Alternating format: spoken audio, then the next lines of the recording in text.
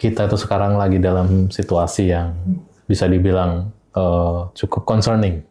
Kalau mungkin istilah yang tepat menggambarkan ini adalah kita sedang menghadapi apa yang kita sebut sebagai the perfect storm, atau menghadapi sebuah badai, typhoon yang benar-benar menghantam kita. Saat ini dalam konteks dunia yang secara global dinamis, perlu dibangun trust, kerjasama dengan partner-partner yang bisa kita trust. Tadi kita bicara ASEAN misalnya, bagaimana kita bisa kerjasama dengan ASEAN, kita bisa percaya sama ASEAN, atau dengan negara-negara lain yang kita bisa bangun di Afrika, di Amerika Latin, negara-negara yang mungkin kita punya kepentingan yang sama, bagaimana kita kerjasama, dan di situ perlu adanya trust untuk menjamin. Jadi kalau kita melihatnya memang perlu ada dipikirkan di regulasinya di segi perdagangan kita, perdagangan pangan ya, supaya fokusnya itu bukan lagi hanya bahwa kita sebagai negara harus mampu produksi semuanya, tapi kita melihatnya secara ini yang mana yang lebih mengamankan ketahanan pangan kita. Dan di situ perdagangan itu adalah bagian penting dari mengamankan ketahanan pangan. Nah itu perubahan paradigma itu sih yang saya rasa itu perlu dilakukan di segi pemerintah, tapi juga di publik nih juga harus menyadari itu.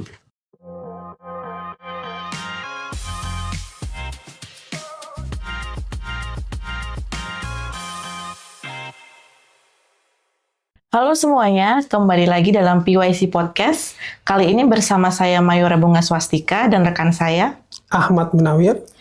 Kali ini tema kita adalah ketahanan pangan nasional. Sudah hadir bersama kami ada Bapak Raden Adi Kawidastra, Deputi Direktur Sumber Daya dan Industrialisasi Direktorat Jenderal Hubungan Ekonomi dan Kerjasama Pembangunan Kementerian Luar Negeri. Selamat datang Bapak Adi. Selamat datang Terima kasih atas undangannya. Kemudian ada Bapak Anton Rizky Sulaiman, Direktur Eksekutif Center for Indonesia Policy Studies. Selamat datang Bapak. Selamat datang Bapak. Terima kasih. Seperti yang kita ketahui bahwa lanskap ketahanan pangan global saat ini menghadapi tantangan multidimensi. Contohnya saat ini ada krisis iklim hingga tensi geopolitik global yang telah menyebabkan disrupsi pada rantai pasok komoditas pangan dan pupuk global. Nah, diskusi ini akan menggali perspektif diplomasi geopolitik dan juga implementasi kebijakan nasional terhadap ketahanan pangan nasional. Langsung saja untuk pertanyaan pertama kepada Bapak Adi. Bagaimana Kementerian Luar Negeri melihat perubahan lanskap ketahanan pangan global saat ini, Bapak? Khususnya di tengah dinamika geopolitik yang saat ini. Baik, terima kasih Ibu Mayora. Tadi udah disebutin ya, bahwa kita itu sekarang lagi dalam situasi yang bisa dibilang cukup concerning. Kalau mungkin istilah yang tepat menggambarkan ini adalah kita sedang menghadapi apa yang kita sebut sebagai the perfect storm, atau menghadapi sebuah badai, typhoon yang benar-benar menghantam kita. Ya, tadi udah disebutin. Pertama kan masalah perubahan iklim ekstrim. Bisa membuat ada banjir, ada kekeringan, yang itu tuh mengakibatkan gagal panen, yang kemudian mempengaruhi dari stok pangan kita. Nah, belum lagi kita bicara masalah pertumbuhan penduduk yang semakin meningkat, itu artinya berarti kebutuhan pangan juga semakin meningkat. Kemudian kita bicara lagi isu terkait kelangkaan air dan energi. Kemudian ada disrupsi pasar yang disebabkan oleh berbagai macam. Ada perang, ada konflik, ada pandemi yang beberapa waktu lalu kita lewatin. Terus kemudian ada beberapa kebijakan dari negara-negara penghasil komoditas ekspor, komoditas pangan yang membatasi ekspornya karena berbagai macam alasan. Ini kan semua masalah itu muncul menjadi satu dan kita hadapi kurang lebih dalam waktu yang bersama. Jadi ibarat kata kita menghadapi suatu badai yang benar-benar ekstrim, the perfect storm. Nah, bagaimana kita kemudian melewatinya? Krisis-krisis yang terjadi, ini yang terbaru kan krisis di Selat Hormuz. Itu kan mempengaruhi akses, terutama energi. Energi, kita bicara harga BBM naik. Kalau dari aspek pangan berarti kan ini bukan cuma harga BBM naik, tapi BBM naik berarti logistik naik. Logistik naik, intinya adalah harga pangan akan naik. Berapa tahun lalu kita menghadapi konflik Rusia dan Ukraina. Kita sempat, ya dalam tanda kutip, agak-agak pusing juga dengan stok kebutuhan gandum kita yang notabene kita banyak dapat dari kawasan itu. Nah, itu juga disrupsi ini kemudian mengganggu aspek ketahanan pangan kita. Kalau kita misalnya kita melihat kembali kepada bangku kuliah, ya, saya kebetulan anak HI nih, gitu kan. Saya akan selalu kita akan mencoba melihat bagaimana perspektif kondisi geopolitik ini dalam kacamata teori HI. Sebagai anak HI yang sekarang kebetulan menjadi diplomat yang inline dengan perjalanan studi dan karir, kalau kita melihat bahwa ada pandangan kaum realis lah kita melihatnya. Realis itu akan melihat pangan itu sumber daya yang strategis. Kita harus mengamankan itu untuk kebutuhan kita gitu kan.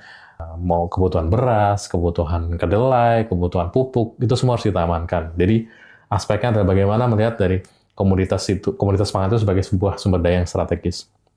Kemudian dari aspek pandangan liberal kita akan melihat bahwa selain itu juga kita perlu melakukan suatu kerjasama dengan negara-negara mitra, dengan lembaga internasional. Kalau ketahanan pangan berarti kan kita bicara FAO, Food and Agriculture Organization, kita bicara World Food Program, WFP. At some point juga kita bicara IFAD, International Food and Agricultural Development. Ini kalau kami di Kemlu menyebutnya RBAs, Rome Based Agencies, karena semua markasnya ada di kota Roma di Italia gitu kan. Nah, selain itu dari aspek konstruktivis atau pandangan kritis, kita juga bicara, kalau kita tadi bicara komoditasnya, kita bicara kerjasama, kita di Kemlu juga kan melihat bahwa masalah pangan itu tidak hanya komoditasnya, tapi kita juga bicara keadilan pangan. Bagaimana kita menyuarakan kepentingan negara-negara Global South. Kita kan Indonesia negara Global South ya. Jadi aspek-aspek yang kita perjuangkan itu tidak semata-mata kemudian hanya melihat pada komoditasnya saja, tapi kita juga melihat bagaimana itu dampaknya nanti terhadap petani, smallholders, terus kemudian suara-suara Global South. Tidak hanya Indonesia, kita juga bersama dengan negara-negara Global South lain, bersama-sama kita memperjuangkan dalam forum-forum internasional untuk kepentingan kita bersama, karena semakin banyak suara yang bersuara di dalam forum internasional itu akan semakin baik. Jadi kembali bahwa Indonesia ini kan negara besar, banyak kita tuh masih tergantung impor beberapa komoditas kunci. Kan pasti kan kita semua makan tahu dan tempe kan. Nah, tahu dan tempe kan kedelainya kan kita masih impor. Dan ini kan sangat sensitif ya terhadap, akhirnya kita membuat guncangan pasar, kondisi global, geopolitik itu kan sangat berpengaruh gitu. Bayangkan kalau misalnya tiba-tiba terjadi guncangan, terus kita pasokan kedelai mampet gitu kan, terus kita jadi nggak bisa makan tempe sama tahu lagi. Nanti di kantor nggak ada gorengan lagi kan, jadi agak-agak pusing juga kerja, jadi nggak bisa sambil makan gorengan, sambil kita diskusi itu agak susah, karena tahu dan tempe menjadi langka. Dan ini kan kemudian di Kemlu kami melihatnya ketahanan pangan itu bukan isu teknis pertanian saja ya. Tentu kalau kita bicara isu-isu teknis pertanian itu kan kita selalu diskusi, berkolaborasi dengan Kementerian Teknis, Kementerian Pertanian, Bappenas, Kemenko Pangan, dan lain-lain. Tapi kami melihat itu bahwa isu ketahanan pangan itu menjadi sebuah isu national security, aspek keamanan nasional, dan itu menjadi salah satu fokus diplomasi luar negeri Indonesia. Gitu. Betul Bapak, memang saya setuju dengan yang disampaikan oleh Pak Adi itu. Mungkin saya ingin bertanya kepada Pak Anton, mungkin dari perspektif kebijakan dan tata kelola pangan nasional kita mungkin ya Bapak ya. Menurut Bapak, bagaimana melihat perbedaan mendasar antara swasembada pangan dan ketahanan pangan dalam konteks efektivitas kebijakan Indonesia saat ini? Oke, ya terima kasih Mas. Pertanyaan yang menarik sebenarnya. Karena kalau kita lihat memang banyak dibicarakan ya, swasembada pangan itu menjadi target penting. Padahal sebetulnya swasembada pangan itu kalau kita lihat dia konsepnya itu sangat sempit. Kalau kita melihat ketahanan pangan secara lebih luas. Ketahanan pangan itu dia bicara masalah yang lebih sistemik, jadi food system yang kita harus fokuskan. Pada intinya kan ketahanan pangan itu ada beberapa elemennya ya. Jadi kita bisa melihat suatu bangsa itu memiliki ketahanan pangan jika ada bahan-bahan pangan itu tersedia. Jadi itu aspek pertama, ketersediaan. Jadi tersedia, baik itu dari produksi dalam negeri maupun dari impor, tapi dia itu tersedia buat dikonsumsi. Jadi ada bahan-bahan yang tersedia, itu yang pertama. Kedua, bahwa dia itu aksesibel. Dia itu bisa diakses oleh semua orang pada setiap saat. Dan aksesibilitas ini maksudnya dari segi fisik, dari segi sosial, maupun dari segi ekonomis. Jadi misalnya dari segi fisik, apakah memang makanan yang tersedia itu bisa mencapai orang-orang tersebut? Nah, kalau kita lihat di Indonesia, kasusnya kan ada beberapa daerah yang masih secara logistik masih sulit. Jadi mereka bisa lebih rentan secara pangan. Tapi juga bisa dari segi ekonomis, dari segi harga. Jadi di situ mungkin ada kelompok-kelompok rentan yang juga karena harga mereka tidak bisa mengakses bahan yang tersedia tersebut. Gitu. Jadi itu aspek kedua, masalah aksesibilitas. Yang ketiga, mereka itu perlu mengakses pangan ini untuk bisa memenuhi kebutuhan gizi mereka. Jadi di sini adalah masalah utilisasinya, istilahnya kalau dalam ketahanan pangan. Jadi ini adalah masalah kesehatan, keamanan pangan, tapi juga varietas makanan-makanan yang tersedia, bahan-bahan makanan yang tersedia. Nah, jadi itu di aspek utilisasinya. Dan itu semua harus bisa dilakukan dengan stabil. Jadi setiap saat. Artinya harus resilient. Kalau ada terjadi tadi, banyak perfeksion yang kita alami, apakah sistem pangan kita mampu lebih resilient menghadapi disrupsi-disrupsi itu gitu. Jadi disitulah kita bisa mengukur ketahanan pangan. Jadi ada 4 aspek utama itu, lalu kita juga sekarang udah bisa menambahkan 2 lagi yang selanjutnya itu adalah sustainability, artinya dia tersedia buat sekarang tapi juga buat masa depan. Dan ada juga aspek terakhir itu adalah soal agency. Nah, agency ini artinya semua orang itu punya agency, mereka bisa memilih mereka mau makan apa, dan mereka itu tidak hanya sebagai pihak yang menerima kebijakan aja, tapi mereka juga bisa berpartisipasi. Orang bisa memilih mau makan apa, orang bisa memilih mau menanam apa. Nah, itu adalah aspek agensinya. Jika masyarakat tidak memiliki itu, juga ketahanan pangannya itu lebih rendah. Nah, fokus pada ketersediaan sebenarnya pemerintah di swasembada itu fokusnya ketersediaan gitu. Jadi bagaimana kita bisa produksi hanya di dalam negeri.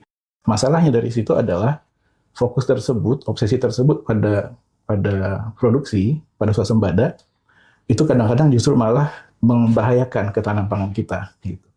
Jadi soal aksesibilitas itu jadi tidak terpikirkan. Jadi mungkin secara angka nasional misalnya kita sudah swasembada beras, pertanyaannya apakah beras itu bisa mengakses semua orang di Indonesia dengan harga yang bisa mereka jangkau. Padahal kita lihat karena berbagai kebijakan kita, misalnya harga beras kita itu di atas Vietnam, di atas Thailand, di atas Malaysia, di atas Singapura juga gitu. Dan itu semua karena berbagai faktor ya. Jadi di Thailand, di Vietnam produksi mereka itu lebih bagus, logistik lebih bagus. Di Singapura itu mereka punya efisiensi dalam segi distribusi dan logistik. Nah, itu juga harus jadi perhatian. Dan dari segi utilisasi juga, dari segi gizi juga ada masalah karena fokusnya kita swasembadanya pun banyak itu pada beras. Dan kita sendiri tahu kalau untuk dari segi stunting, salah satu yang jadi masalah adalah makanan yang diberikan pada anak-anak itu tidak bervariasi dan kurang bahan-bahan lain selain dari beras itu sendiri karena dia yang paling murah. Jadi tidak dipikirkan juga mengenai aspek apakah tersedia sayur-sayuran, apakah tersedia buah-buahan gitu, dan apakah mereka itu memang accessible. Jadi di banyak daerah-daerah di mana terjadi stunting, kita bisa bilang ke orang tua mereka harus makan buah, mereka harus makan sayur, apakah ada buah dan sayur yang terjangkau. Jadi itu masalah-masalah dari fokus kita terhadap ketersediaan itu yang harusnya bisa lebih luas. Menurut saya lebih luas. Itu termasuk swasembada pangan ya, kalau dilihat dari nasional berarti lebih condongnya ke ketersediaan ya Pak? Iya, betul. Nah, pengen tahu juga dari Pak Adi kalau swasembada pangan ini apakah juga berpengaruh ke agenda diplomasinya keluar itu bagaimana? Apakah jadi diplomasi Indonesia itu mempromot swasembada pangan itu seperti apa? Seperti itu Pak, bisa dijelaskan? Tentu itu sangat pengaruh ya. Pada prinsipnya kan apa yang dilakukan Kementerian Luar Negeri melalui diplomasinya itu merupakan kepentingan nasional. Jadi kalau memang swasembada pangan itu menjadi kepentingan nasional, tentu itu yang kami perjuangkan di Kementerian Luar Negeri. Tadi Pak Anton sudah menjelaskan tentang pilar-pilar ketahanan pangan ya. Jadi pilar-pilar ini kan kalau itu tidak terpenuhi dengan baik, itu dapat berdampak tentunya pada stabilitas sosial, kemiskinan, dan ada potensi gejolak. Kalau kita bicara gejolak dalam negeri, gejolak itu nanti bisa juga akan meluas ke kawasan sekitarnya. Itu kan menular gitu istilahnya. Nah, dalam konteks diplomasi tentunya isu swasembada pangan dan ketahanan pangan itu menjadi sesuatu yang salah satu perhatian utama bagi Kementerian Luar Negeri. Melalui berbagai macam forum global, tadi saya udah bilang ya di awal, melalui FAO, melalui WFP, pada satu titik juga kita berjuang melalui WTO, dan juga melalui PBB, Sekretariat PBB di New York. Agenda-agenda yang diperjuangkan tentu sama tadi yang disebutkan Pak Anton, bahwa tentu kita mencoba untuk mendorong pelindungan petani kecil, karena kan smallholders itu kan menjadi tulang punggung ketahanan pangan Indonesia kan, baik pangan hijau yang berbasis di darat maupun pangan biru yang berbasis di perairan. Nah, kemudian juga kita dari sisi WTO misalnya, Kita juga mencoba mendorong untuk bagaimana kita berkontribusi untuk menciptakan suatu norma dan sistem perdagangan yang adil dalam konteks komoditas pangan. Jadi supaya aksesibilitas kita terhadap komoditas pangan itu terjamin. Selain itu juga tadi udah disebutkan praktek pertanian berkelanjutan ini juga kita dorong terus menjadi agenda perhatian di dalam forum global, karena tentunya kita menanam komoditas pangan itu kan bukan hanya untuk kita konsumsi pada hari ini saja, untuk kita saja ya, tapi tentu buat anak cucu kita. Jadi kita harus berpikir konsep kedepannya mengenai aspek pertanian berkelanjutan juga. Nah, yang recent juga terkait dengan dukungan kita terhadap upaya untuk penerapan program makan bergizi gratis misalnya. Bagaimana kita mencoba untuk mengatasi stunting. Kita juga sudah bergabung yang namanya School Meal Coalition. School Meal Coalition itu suatu inisiatif yang ada 3 negara yang menjadi promotor, yaitu Finlandia, Brazil, dan Prancis.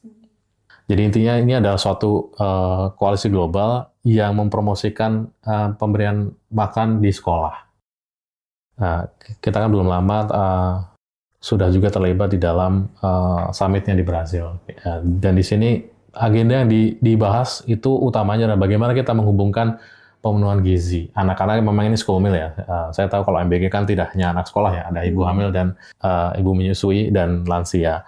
Namun kan kalau terkait School Meal Coalition tentunya kita fokus pada bagaimana dalam konteks agenda global itu untuk menghubungkan gizi anak, kemudian pendidikan dan penyerapan produksi petani lokal. Karena kan idealnya adalah bahwa bagaimana kita memberikan makan di sekolah itu kan sumber pangannya kan idealnya kita ambil dari petani-petani sekitarnya. Itu untuk menghidupi perekonomian lokal juga. Ini yang Indonesia ini menjadi ya dalam tanda kutip menjadi negara yang seksi setelah MBG berjalan ya. Karena kan dari sisi target yang begitu besar 82,9 juta yang termasuk anak sekolah, ibu hamil, menyusui, dan lansia itu ada jumlah yang besar setelah India. Jadi kita ini menjadi nomor 2. Jadi itu menjadikan negara Indonesia itu menjadi perhatian sekarang ini kan. Banyak negara ingin berdiskusi dengan kita bagaimana tukar best practices gitu kan, bagaimana menjalankan program makan di sekolah ini untuk yang lebih efektif dan efisien. Nah, selain itu juga dalam konteks sekali lagi dalam konteks Global South, kita mencoba di Kemlu mencoba bagaimana kita go beyond food security. Ada aspek food sovereignty, kedaulatan pangan, kedaulatan pangan. Kemudian food justice lah. Jadi suara-suara kaum marginal, ini kan suara perempuan, again petani kecil, komunitas adat, itu juga harus kita perjuangkan di dalam forum-forum internasional. Jangan sampai mereka dilupakan lah, karena ini penting sekali.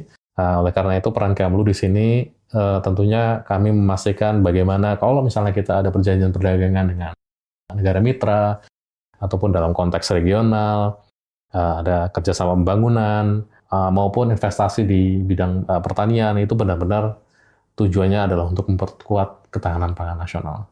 Iya, betul Bapak. Memang ketahanan pangan ini sudah masuk dalam kepentingan nasional Bapak ya. Sehingga diplomasi Indonesia di kancah dunia juga pangan nasional ini, ketahanan pangan merupakan isu utama yang diangkat gitu Bapak ya. Nah mungkin dari Pak Anton sendiri mungkin menurut Bapak terkait dengan kebijakan pangan yang saat ini, apakah sudah condong pada produksi domestik Bapak?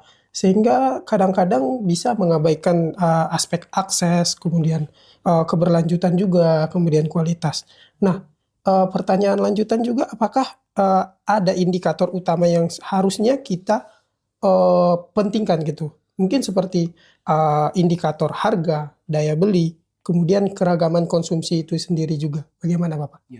Dari kebijakan, sekarang kita harus lihat lebih luas. Jadi berhenti di sekedar angka-angka produksi, mencapai swasembada pangan yang katanya sekarang sudah tercapai di beras. Sebenarnya itu pun beras kita 90% itu kita produksi sendiri. Jadi kalau dalam berbagai analisis itu udah bisa dianggap swasembada. Habis itu kita dalam konteks pada saat panen yang lagi bagus, kita bisa memenuhi 100%, akhirnya jadi swasembada. Tapi itu selalu jadi fokus ya di swasembada pangan itu. Dan tadi juga Pak disebut soal kedaulatan pangan. Ini juga menarik karena di dalam perdebatan kita itu sering diartikannya sama dengan kedaulatan pangan dan swasembada pangan. Kalau sebenarnya berbeda.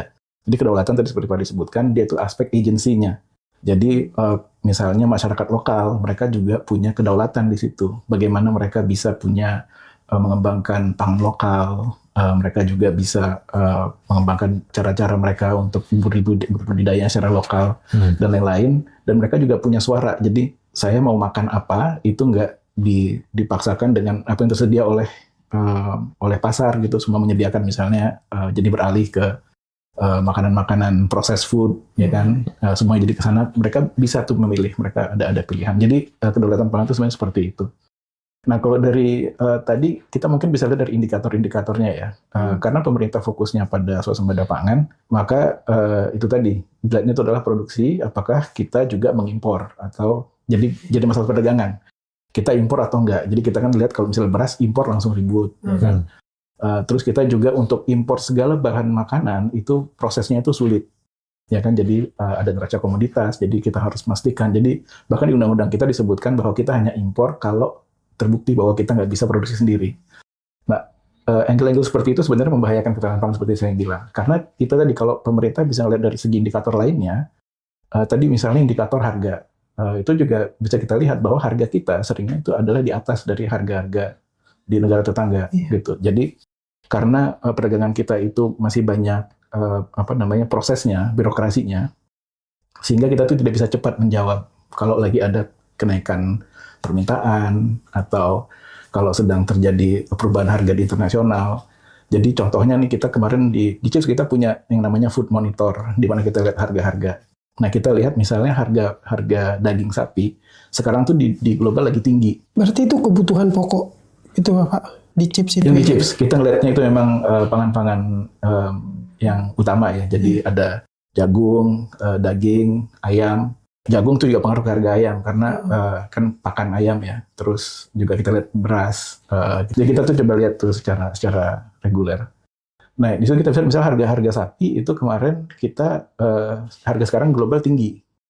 Nah, tapi di saat kemarin murah kita tuh nggak ikut murah seperti harga internasional. Jadi kita udah tinggi duluan gitu. Sehingga sekarang pada saat naik akhirnya sama harganya. Jadi ini yang kita sebut sebagai transmisi harga global ke lokal. Dikarenakan itu tadi, jadi dia tidak bisa mengikuti. Jadi kita bisa lihat situ dari aspek misalnya tadi ketersediaan, affordability. Jadi apakah makanan-makanan itu bisa diakses oleh orang-orang secara terjangkau. Gitu. Itu yang pertama bisa dilihat. Kedua juga bisa dilihat kita juga sebenarnya punya kan indikator-indikator stunting, indikator-indikator malnutrisi. Itu kita bisa lihat di daerah-daerah tertentu gitu. Jadi mungkin itu dia sebenarnya sudah ada indikatornya, tapi dia tidak terintegrasi lah dalam kita melihat food systemnya kita tuh gimana, apakah sudah resilient, apakah sudah ketahanan sudah tinggi. Jadi kita bisa lihat dari situ. Kita juga bisa lihat dari produsennya. Jadi bagaimana kita bisa lihat kesejahteraan petani. Kesejahteraan petani pun indikatornya itu masih kita perlu perbaiki karena di Indonesia itu kita biasanya melihat petani itu dari nilai tukar petani. Yang itu hanya sebenarnya masalah profit margin lah. Harusnya kita bisa lihat secara lebih menyeluruh. Yang kami ketahui mungkin dari pemerintah sudah berupaya itu untuk bisa melihat dimensi-dimensi lain dari kesejahteraan petani. Nah itu kita juga harus lihat karena kalau nggak ada petani, seperti Pak juga sebut, kalau nggak ada petani, ketahanan kita pasti akan sulit dan itu harus jadi perhatian.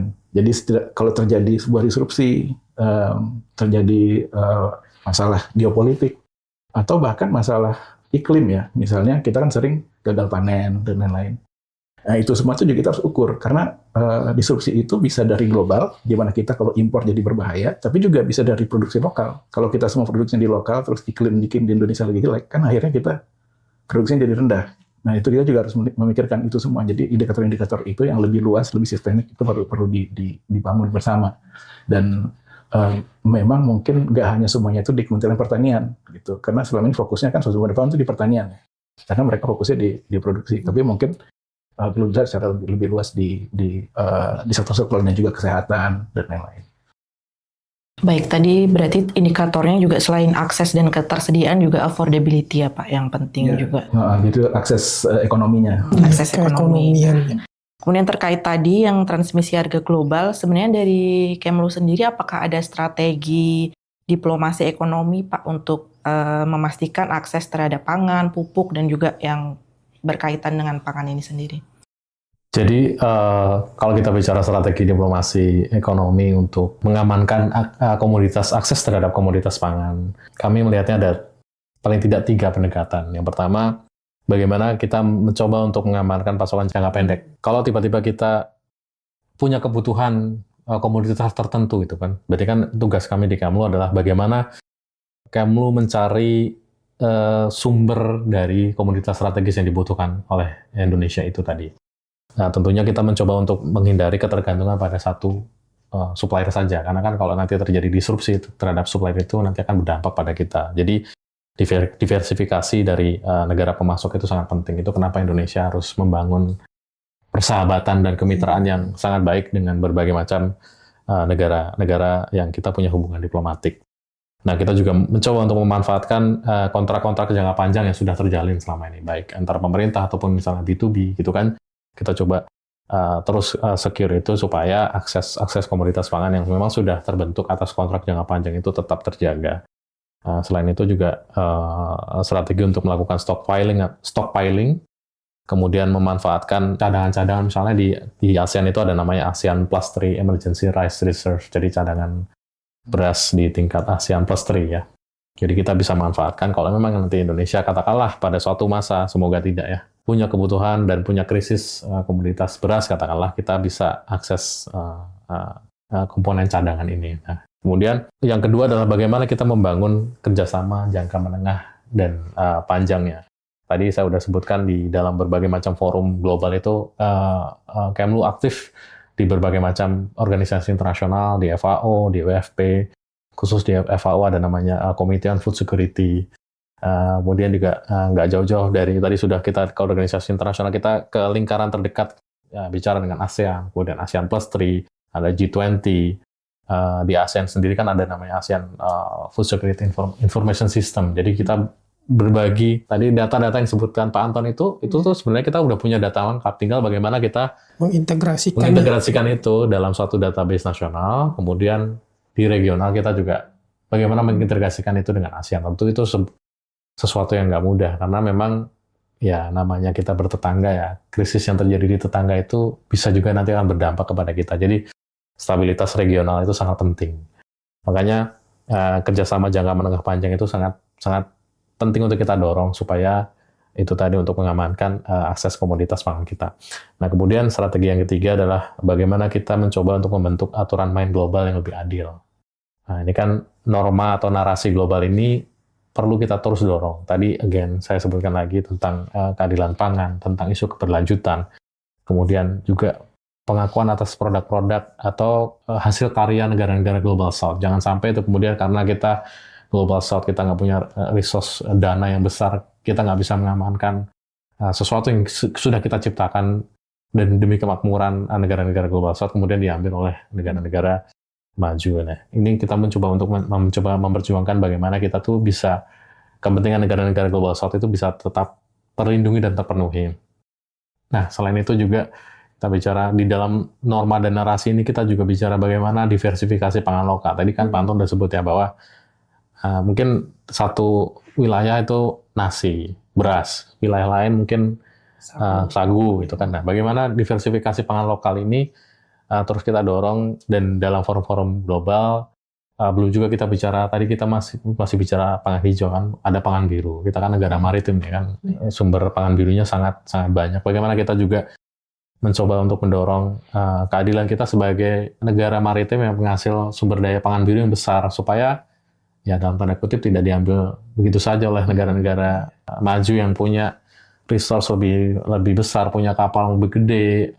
Ada satu negara yang punya kapal besar banget itu kan, kalau kita ke Pantai Pangandaran tuh ada yang kapal ditenggelamkan ya, katanya mau jadi museum itu, konon katanya kapal itu kan dia bisa nangkap ikan, processing di dalam, jadi begitu mendarat di negaranya dia sudah dalam bentuk kalengan gitu kan. Jadi bagaimana bisa dibayangkan kan negara maju itu punya resource seperti itu. Nah, ini kan bagaimana kita tuh di Kemlu memperjuangkan supaya kita tuh sebagai konsumen dari pangan birunya itu tidak dirugikan, dan juga smallholders-nya, petani kecilnya itu tidak dirugikan oleh praktek-praktek yang kalau dari resource kan sebagai petani kecil mereka kan tentunya akan kalah ya dengan negara-negara yang kaya. Nah, itu makanya tugas Kemlu untuk menjaga supaya aspek keadilan ini tetap terjaga. Iya, memang suplai pangan ini harus kita lihat dari strategi jangka panjang, jangka menengah, kemudian jangka pendeknya juga ya Bapak ya. Betul. Sehingga kita juga bisa berkolaborasi dengan mitra perdagang kita, dengan negara-negara lain juga gitu ya Bapak ya. Nah, Mungkin dari sisi Pak Anton sendiri mungkin melihat kebijakan perdagangan dan impor kita sendiri apakah sudah strategis atau bagaimana Bapak sehingga bisa menjaga stabilitas harga tanpa mematikan insentif petani lokal gitu. Ya, itu tadi saya juga sudah sebutkan ya, kita terlalu terfokus pada konsep yang menganggap bahwa impor itu buruk. Nah, kalau kita impor berarti kita tergantung. Sebenarnya kita harus lihatnya itu dari supply chain resilience. Jadi, apakah kita bisa mengurangi ketergantungan. Jadi, kalau kita memang impor 100% atau 90% dari satu negara, dari satu wilayah, tentu ketahanan pangannya tentu buruk. Makanya kita harus diversifikasi. Jadi, sebenarnya ini bukan hanya untuk pangan, tapi untuk banyak hal. Supply chain resilience itu harus jadi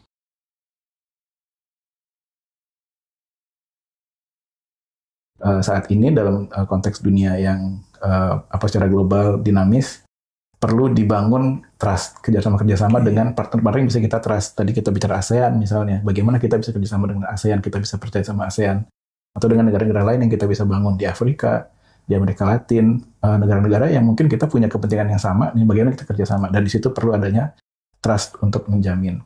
Nah, terus kedua, pandangan publik banyak saat ini, dan itu sering dipakai juga secara politik dalam kampanye dan lain-lain, bahwa impor itu buruk, gitu kan, dan itu akan merugikan petani.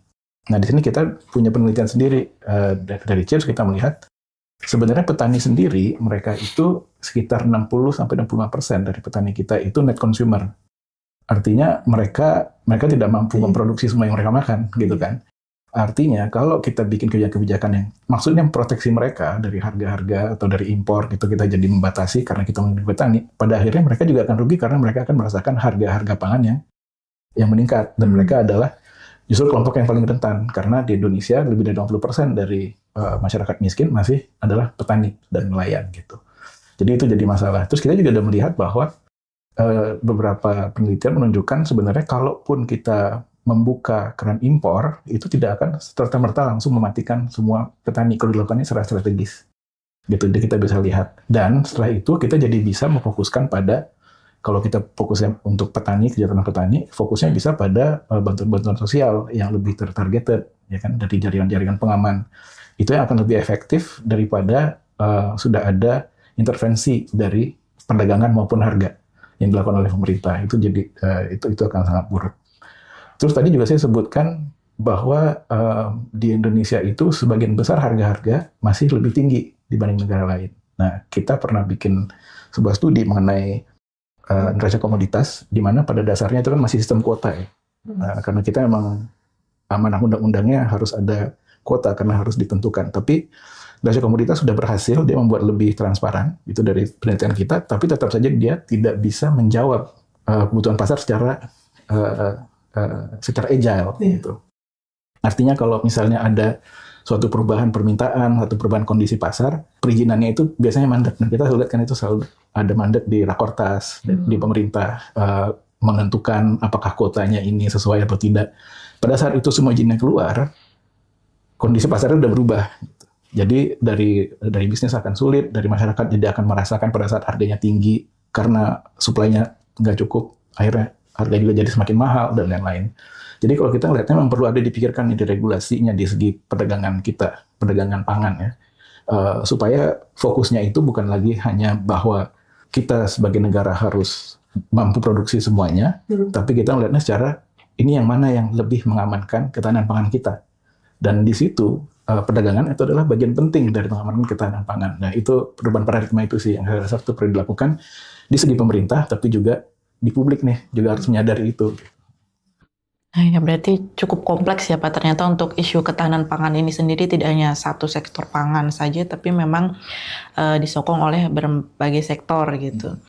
Kemudian untuk Pak Adi, kembali ke Pak Adi, untuk selanjutnya nih Pak, bagaimana penguatan kerjasama regional ASEAN terkait ketahanan pangan ini, dan bagaimana peran Indonesia di dalamnya? Seperti yang kita ketahui kan Indonesia sumber daya alamnya tuh sangat melimpah gitu.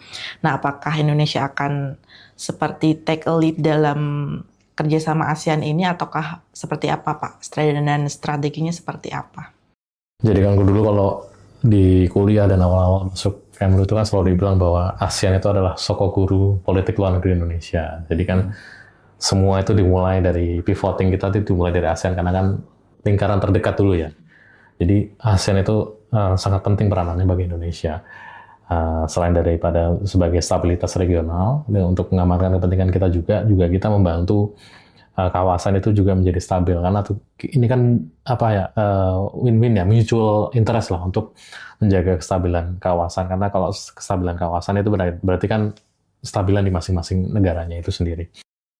Nah, kemarin juga di dalam pertemuan KTT ASEAN di Filipina itu kan juga sudah jelas kalau kita bicara konflik yang belum lama terjadi ini di Timur Tengah ini kan sudah jelas antara benang merah ya, antara konflik, kemudian krisis energi ini, dan jalur pelayaran dan dampaknya terhadap ketahanan pangan di ASEAN. Kan saya bicara masalah kenaikan biaya terkait energi ini kan juga berdampak pada kenaikan biaya logistik, yang kemudian akan berdampak pada kenaikan biaya komoditas pangan, pergerakan atau rantai pasok dari komoditas pangan ini kan akan mempengaruhi itu tadi salah satu dari 4 pilar tadi kan terkait ketahanan pangan. Nah, makanya kita penting sekali untuk berkolaborasi di dalam ASEAN ini melalui berbagai macam mekanisme yang sudah ada. Tadi saya sudah sebutkan salah satunya mengenai ASEAN Food Security Information System. Jadi kita bicara data dulu lah. Kita coba kolaborasikan data. Ini kan berarti kan kita harus bicara dengan lintas kementerian. Lintas kementeriannya juga nggak cuma di Indonesia kan. Kita harus bicara dengan kementerian dari negara-negara ASEAN yang lain. Bagaimana kita duduk bersama dan memanfaatkan database ini untuk memantau kondisi-kondisi di kawasan. Ini produksi mana yang lagi krisis gitu kan. Jadi kita coba tanggulangi gap-nya. Kemudian mana yang harganya tiba-tiba naik, kayak kita harus pikirkan strategi untuk memikirkan bagaimana mengatasi kenaikan harga itu supaya tidak membebani konsumen. Selain itu juga untuk masa-masa krisis kita perlu memanfaatkan komponen-komponen cadangan yang ada. Misalnya tadi komponen cadangan beras ASEAN Plus 3 itu salah satu bumper terakhir lah kalau kita menghadapi suatu krisis, kita bisa istilahnya tuh datang ke situ dan mencoba untuk mengisi gap yang pun demikian kalau kita punya kelebihan juga ada negara tetangga di ASEAN yang punya kebutuhan juga kita juga bisa bantu, karena dengan saling bantu ini nantinya kestabilan dan kestabilan kawasan itu akan tetap terjaga, karena kan memang ASEAN itu juga menjadi bumper pertamanya Indonesia kan. Jadi kan sebelum krisis itu masuk ke Indonesia memang itu akan menghantam ASEAN dulu kan, seperti dulu krisis ekonomi kan itu menghantam ASEAN kemudian menghantam Indonesia. Nah, demikian juga misalnya dengan potensi krisis pangan ini, jangan sampai kawasan ini terganggu. Makanya kita harus sebagai big brother lah di ASEAN ini kan, sebagai negara yang bisa dibilang, mungkin saya tidak bilang pemimpin ASEAN, tapi kan kita negara yang terbesar di ASEAN. Jadi kan kita harus mengambil peran yang lebih besar dalam menjaga stabilitas kawasan supaya kondisi dalam negeri kita tetap terjaga, kondisi kawasan juga terjaga. Jadi intinya kita perlu memperkuat tameng regional lah. Jadi supaya krisis di luar kawasan itu tidak masuk ke dalam ASEAN dan Indonesia nanti kemudian akan berujung pada ya semoga tidak ya krisis di rumah tangga lah. Tadi kan tiba-tiba tempe dan tahu nggak ada, itu kan akan menjadi krisis yang luar biasa lah itu kan. Jadi kita jaga supaya jangan sampai itu terjadi dengan memperkuat fondasi sokoguru politik luar negeri Indonesia, yaitu kerjasama dengan ASEAN. Ya, memang dinamika global itu sangat berpengaruh ya Bapak ya. Baik itu di kondisi kawasan juga, sehingga stabilitas harga pangan di internal kita sendiri juga sangat berpengaruh gitu ya Bapak ya. Nah, mungkin saya ke Pak Anton, mungkin pertanyaan terakhir gitu terkait dengan tata kelola pangan Indonesia, mungkin yang tadi disampaikan oleh Pak Anton mungkin bisa lebih agile ya. Nah, bagaimana menurut Bapak terkait dengan tata kelola pangan nasional Indonesia kita sehingga bisa lebih agile, terus kemudian responsif terhadap gangguan pasokan yang ada saat ini, baik itu adanya gangguan Selat Hormuz dan beberapa dinamika lainnya gitu. Iya, iya. Oke, jadi kita coba nanti dari per aspek ini ya, dari per aspek ketahanan pangan. Yang pertama kalau dari segi ketersediaan, saya rasa fokusnya kita dari kebijakan itu harus kepada kesejahteraan petani. Artinya kita harus memastikan bahwa petani kita bisa berubah menjadi petani modern. Nah, di situ yang diperlukan itu adalah peralatan, yang diperlukan itu adalah benih-benih yang lebih unggul, yang diperlukan itu adalah kemampuan untuk menerapkan praktek pertanian yang baik, dan hal-hal lainnya itu yang diperlukan. Jadi petani bisa menjalankan usaha mereka dengan lebih menguntungkan, lebih menarik, sehingga nanti juga petani muda akan masuk. Karena sekarang nggak ada yang mau jadi petani, karena di setengah sektor paling rendah itu adalah gaji petani atau pendapatan dari petani. Nah, kalau kita bisa bikin pertanian itu menarik, nah itu caranya gimana itu? Kita fokus, dan itu yang akan menjamin ketersediaan kita dalam jangka panjang. Juga tadi masalah logistik, cold chain, cold storage, itu semua perlu kita bangun infrastrukturnya. R&D juga gitu, daripada kita berfokus pada hal-hal seperti misalnya ekstensifikasi. Saat ini pemerintah fokus pada food estate misalnya, salah satu yang jadi fokus utama adalah membuka food estate di daerah lain. Sebenarnya kalau kita fokus pada intensifikasi dari lahan yang ada, kita tingkatkan produktivitas, kita bisa mencapai hal yang hampir sama. Itu juga ada di penelitian kita. Kita menunjukkan bahwa kalau kita bisa meningkatkan misalnya produktivitas kita sama dengan di Vietnam atau di Thailand gitu, itu kita, atau di Cina, itu kita udah bisa mencapai hal yang sama besarnya dengan kita membuka lahan baru, belum lagi biaya untuk membuka ekstensifikasi lingkungannya, belum lagi petaninya di sana nggak siap dan lain-lain. Jadi kita harus fokusnya itu di ketersediaan itu di situ. Nah, terus di aksesibilitas tadi dan stabilitas. Nah, di situ kita lihat dari perdagangannya. Perdagangannya menurut kami di CHIPS kita harus mulai meninggalkan konsep-konsep yang menghambat ketahanan pangan. Jadi terutama di sini adalah masalah kuota.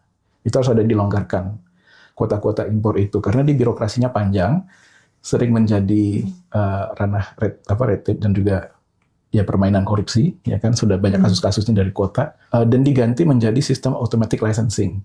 Nah, automatic licensing itu apa? Artinya sebuah perusahaan jika mereka ingin mengimpor, mereka harus membuat formnya, dan itu dia langsung dapat izinnya.